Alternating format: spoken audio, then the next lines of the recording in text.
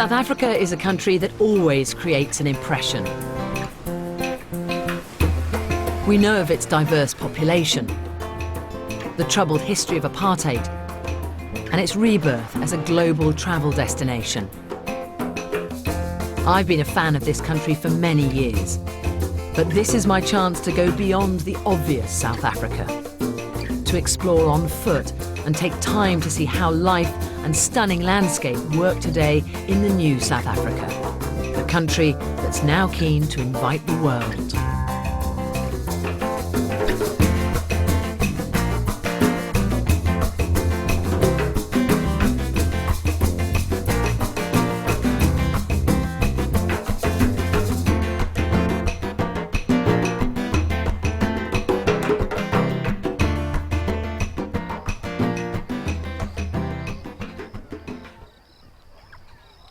Hello and welcome to the foothills of the Drakensberg.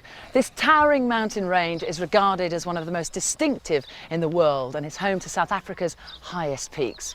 I've come to explore this valley right at the centre of the Drakensberg because it encapsulates so much of the human history that has shaped this massif. These formidable peaks form an escarpment over 1,000 kilometres long. It dominates the province of KwaZulu-Natal, home of the Zulu nation. And beyond it, there's a whole new country, the mountain kingdom of Lesotho. Watching over the range in the distance, the most recognisable of the summits, Cathedral Peak. This soaring high point dominates the valley.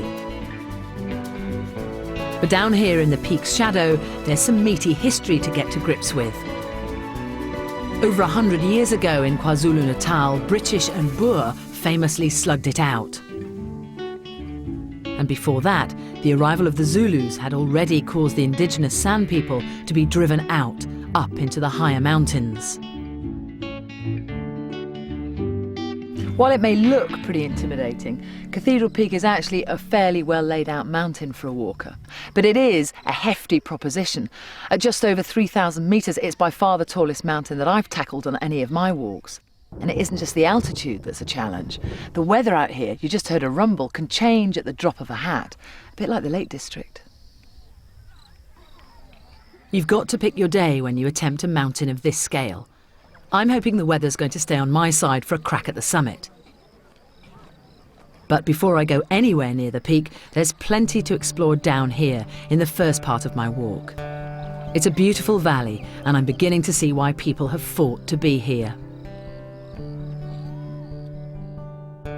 The province of KwaZulu-Natal is the focal point for people coming to visit this iconic range of mountains.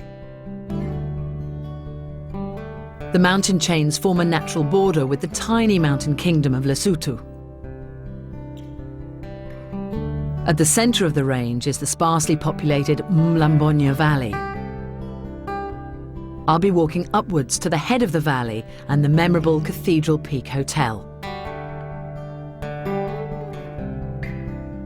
From there, it's a 9-kilometre climb through different stages of mountains to the summit.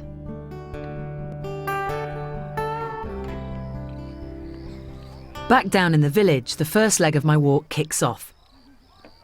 The sight of a walker still seems to cause a bit of a stir, never mind one with a camera crew.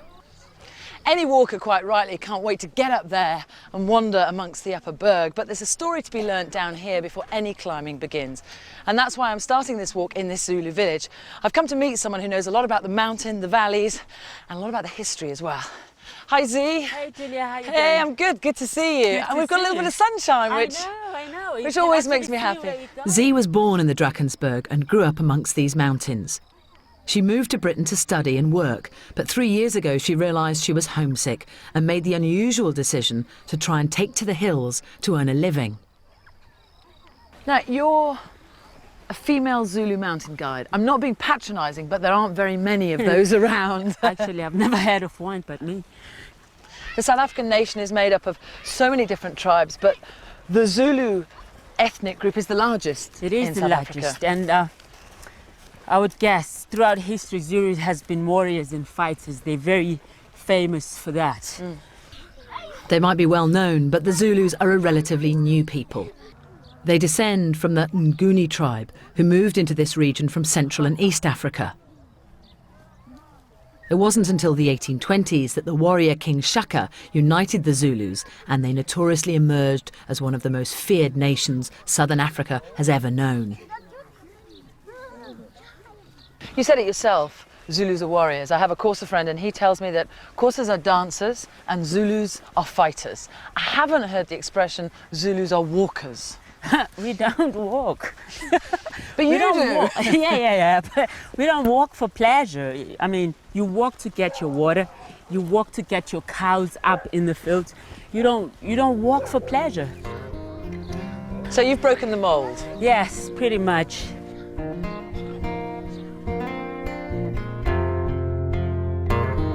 Before I explore the mountain landscape that Z loves so much, let's take a look at the route I'll follow.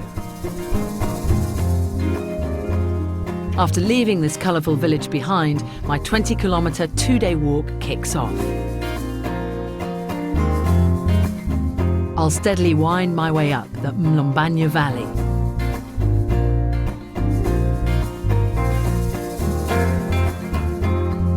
Day one finishes with the welcome sight of Cathedral Peak Hotel, my overnight spot. The next day, my climb follows the traditional walker's route. After swinging round into a hidden valley, my walk steps onto the next mountain tier.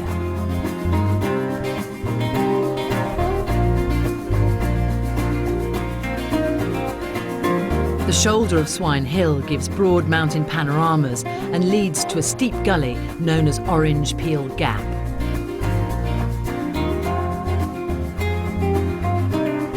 This is the gateway to the upper tier of the Drakensberg, where the path takes me to Bugger's Gully and the base of the peak itself. The final steps are an impressive scramble up to the eastern face of Cathedral Peak and onto the summit top, with views along the escarpment and into Lesotho.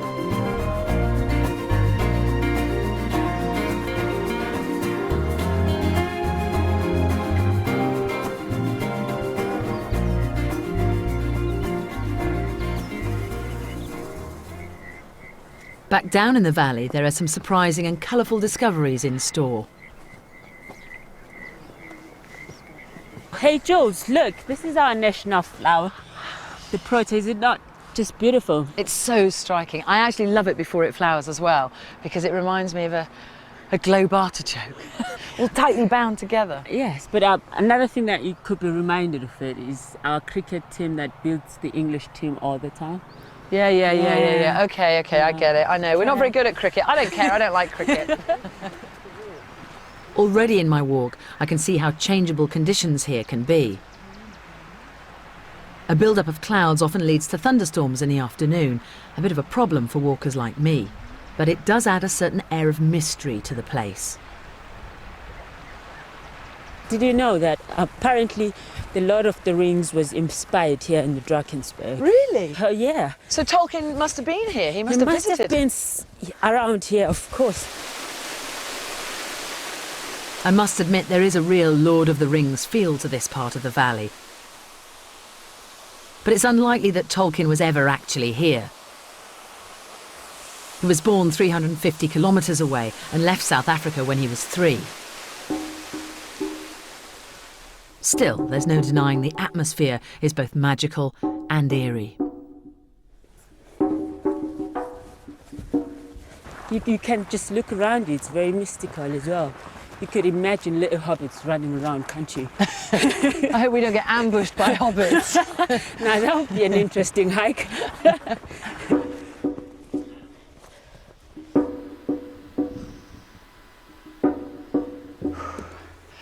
See, we're never going to escape the mist.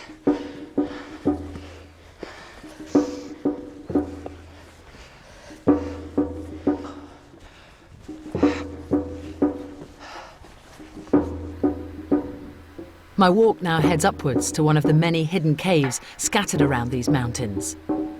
It's an opportunity for Z to show me some of the intriguing remains left behind by the valley's earliest residents, the San Bushmen. Okay, Jules, I didn't make you walk all this way for nothing. Good. are these? So cave paintings? Yes, yes. These are sand paintings. You may know them as Bushmen. The sand Bushmen? Yes. You're looking at basically the history of Drakensberg. We call it the World Heritage Site because it's got so many of these paintings around. About 35,000 to about 40,000 of them around in different enormous amount. It is, dating back to about 4,000 years ago to recently, like 1800s. And have these been dated? Not yet. So they could be 4,000 years old, they could be 180 years old. So what do they depict? What do they mean? Elands are very important in their history. They are totem animals. They believe that the gods have given them the eland so that they can sustain themselves and draw spiritual powers from the eland. So they're gaining strength, they're gaining power from the animal? Yeah. So it's not only for food, but it's also for religious purposes. So these are messages, these are stories? These are stories, these are stories.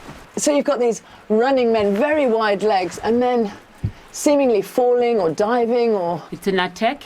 You see them running away. That's a death scene right there. Oh.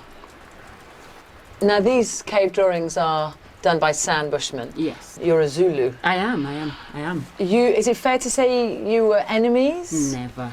It was a little bit of misunderstanding. Misunderstanding. It was. You see, some people lived a nomadic life. They never used to have a sense of possession. Move from place to place, don't own nothing at all. And they never had a concept of ownership. Okay? And then in came the Zulu in this valley. Zulus were farmers. They had cows, they had sheep. They had possessions. They had possessions. They had livestock. And then some people, for the first time in their life, they see these big animals, yeah? Bigger than an eland, actually, and they walk quite slow. It was an easy kill, okay? They're hunting farm animals. Yes, they're hunting cows. For the Bushmen, it was this animal poaching that landed them in serious trouble. The Zulu farmers chased the sand further and further into the higher mountains, eventually pushing them out of the Drakensberg altogether. It is amazing to think that this is where the sand Bushmen stood. This is their view. Imagine that was your house, Julia. Wouldn't mind that at all. I wouldn't mind that at all.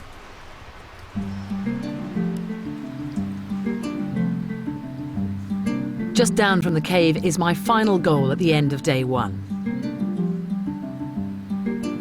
Luckily for me and countless other walkers, it's a rather special overnight refuge. One man made this isolated spot accessible. Albert van der Riet was a young white farmer with a very ambitious goal. Lacking maps, money and even a road, he decided to build a hotel here. I've arranged to meet someone who's been visiting this spot for more than 50 years. It's an extraordinary position, this hotel, and Albert is the man who had the vision to put it here. Well, he was looking for the ideal place, and he came hunting here. He came to hunt in this valley, and he thought this was the ideal spot. But logistically, it was a nightmare. Of course it was. I don't know how he thought he'd ever succeed. Building a hotel at the head of an inaccessible valley was a serious undertaking. But its proximity to the peaks has brought generations of walkers here. It was the very thought of wandering these mountains that first attracted Brian. He's remained a firm fan ever since. He's even written a book about the hotel's history and his experiences here. It's so different from anything else you can find anywhere else. A diversity of nature, its uniqueness. What about the weather? The weather is beautiful, horrible, generally as unpredictable as a woman's character. Impossible. Have you ever been caught out? Been caught several times, yes. Been caught Badly? several times. Badly, yes. Yes, unexpectedly and badly. It was a mammoth storm which raged on for 3-4 hours. There was a huge clap of thunder and a flash of lightning. And I looked ahead and I found that the porter who was carrying our pack had been struck by lightning. He'd been struck by that bolt of lightning. Blimey. He'd been thrown to the ground. He was paralyzed from the throat downwards. Did he live? He survived, and he was on his feet again in about 3 or 4 months. I've actually still got the pack from 30 years ago. This one? This is the one. And I've actually got the spot on the pack where the lightning struck. Oh my lord. It came through the pack Eesh. and even struck the billy can inside here and left an indentation on that too. So your poor guide was So you carrying can this. imagine if they dented the pack, it had some impact on him. It was really a shocking storm, which killed other people in this valley as well. It's been a bit ominous talking to Brian. Tomorrow is my big walk to the summit, but the slightest hint of thunder and I'll be heading down.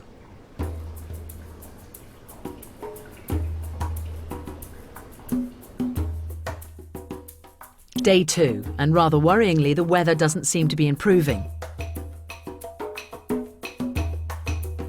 It also requires a painfully early start. It's an 18-kilometre round trip from the hotel to the summit, which most hikers tackle in one go, averaging 8 to 9 hours of steady walking.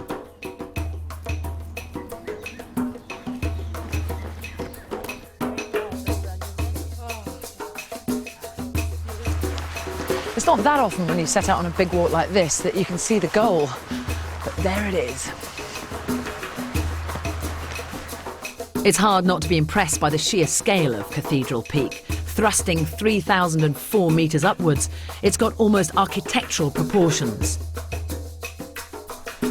This cathedral has even got its own bell, the smaller but perfectly formed peak to its side.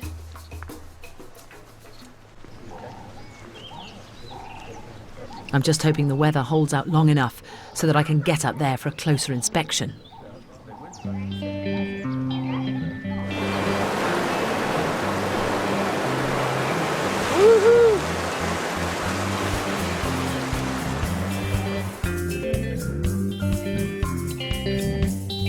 The Drakensberg are one of South Africa's top destinations, a kind of English Lake District and European Alps, all rolled into one.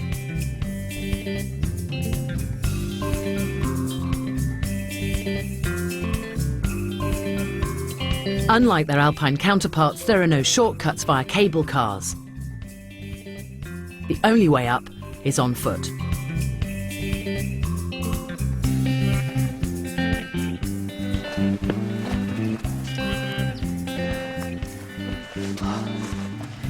It's amazing how quickly you find yourself in isolation. There's nobody here.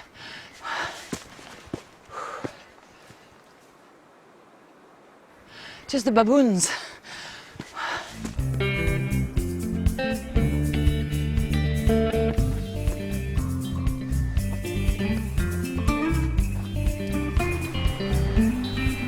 The morning mist seems pretty determined not to lift.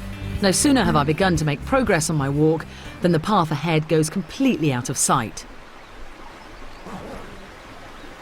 It's not too long before the weather really closes in.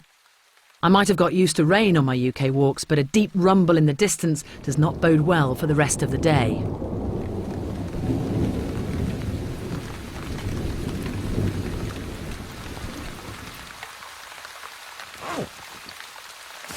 Not safe to go up.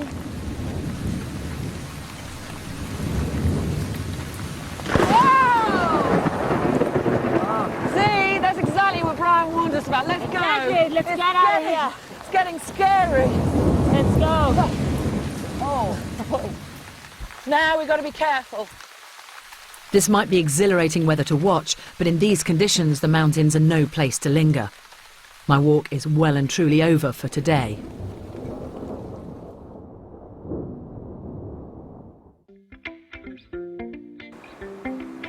It's proving decidedly tricky to experience the freedom of these isolated mountains. But as luck would have it, day 3 brings an altogether different perspective.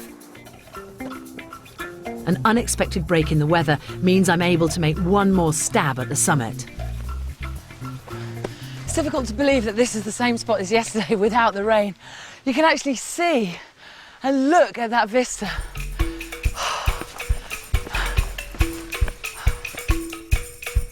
With a spring back in my step, the action turns up a notch and my walk penetrates the next tier of the Drakensberg.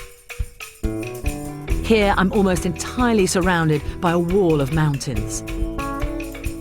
Far above, the towering spire of my cathedral continues to beckon.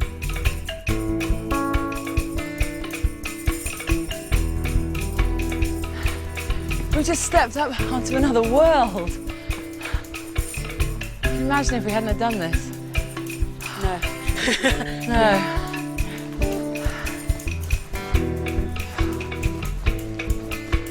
As I make my way up Swine Hill, the difference between the lower and upper berg becomes even more clear. It's quite unlike any mountain range I've ever walked before. All these cunning little inclines that just get you. They do.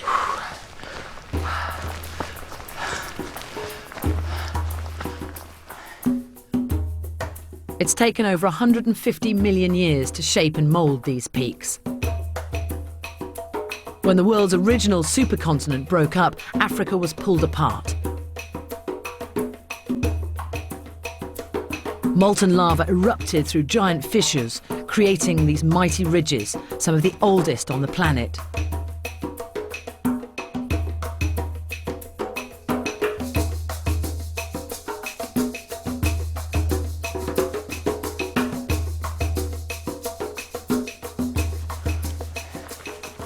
Oh, Julia, take a good look on the mountain.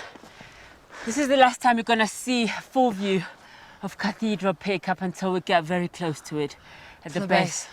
So enjoy it. How can you not enjoy it? Enjoy. Take it all in.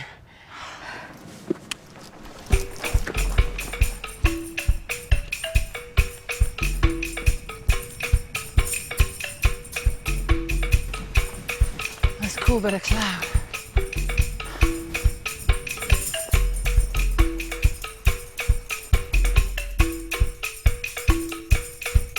There's little chance to draw breath and look back down on just how far I've come. I now face one of the major challenges of the walk, a gully climb.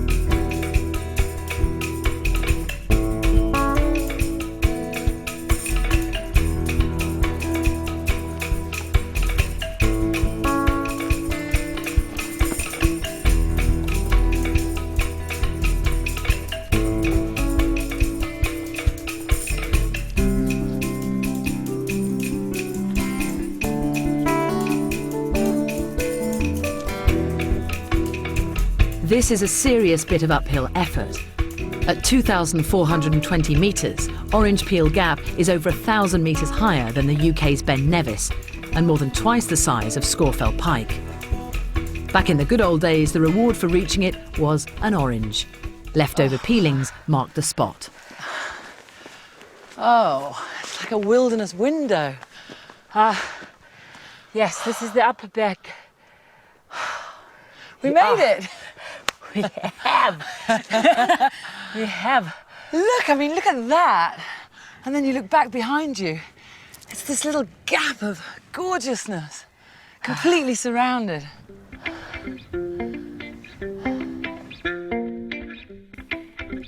This is the halfway point of my walk today.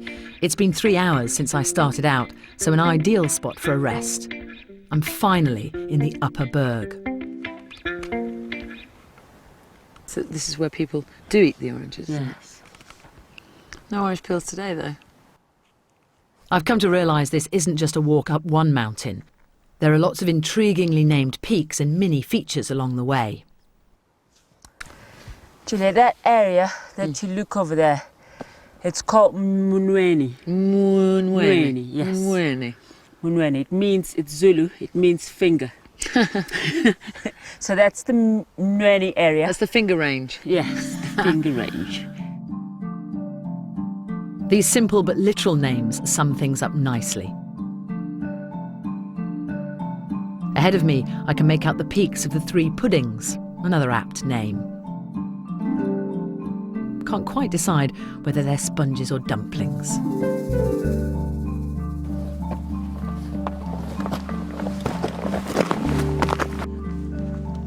Which language to use for these mountain names also seems to be the cause of some debate. Cathedral Peak is no different. In Zulu, it's Zikali's Horn, named after the son of a fierce chief who came here to escape an assassination plot. There are now calls to get rid of the English name and use the traditional title instead.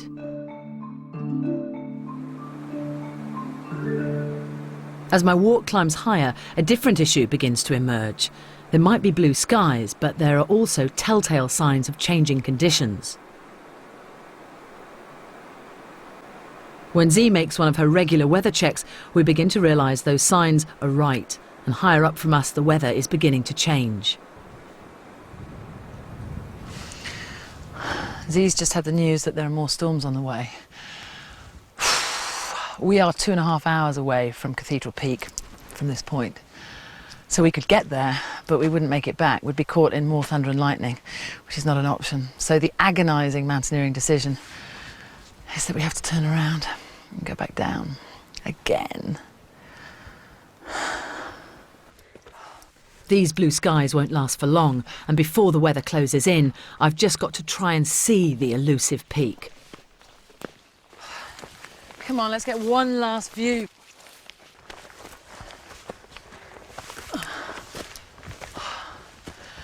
Well, that last scramble was worth it. It was. So we're about 2,500 metres up here, which is about 8,000 feet. What's this summit called?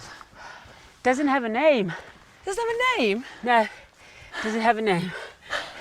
That would be unheard of in the UK, to have such a mega mountain without a name. Unfortunately, none. All right, blame it on altitude sickness and a moment of megalomania. I hereby name this Z Bradbury Peak. It sounds good. It sounds good. We had to have something. We're going to have something to show for all of it.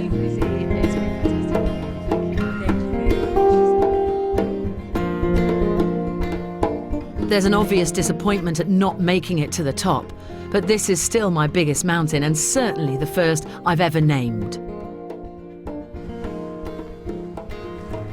Wandering around this alternative summit, I can see how far I've come. But the real reward is in simply being here, finally standing amidst the high mountains at the very heart of the Drakensberg. It might only be a fleeting moment, but it's a high point in every sense. And finally, I'm gifted with a clear view of Cathedral Peak. This excursion has reminded me that every walk is different. Every mountain, every fell, every Munro, every kopje, every hill. It doesn't matter how much planning you do, things will probably change. I will make it up Cathedral Peak one day, but I wouldn't change this adventure for all the sunshine in Africa.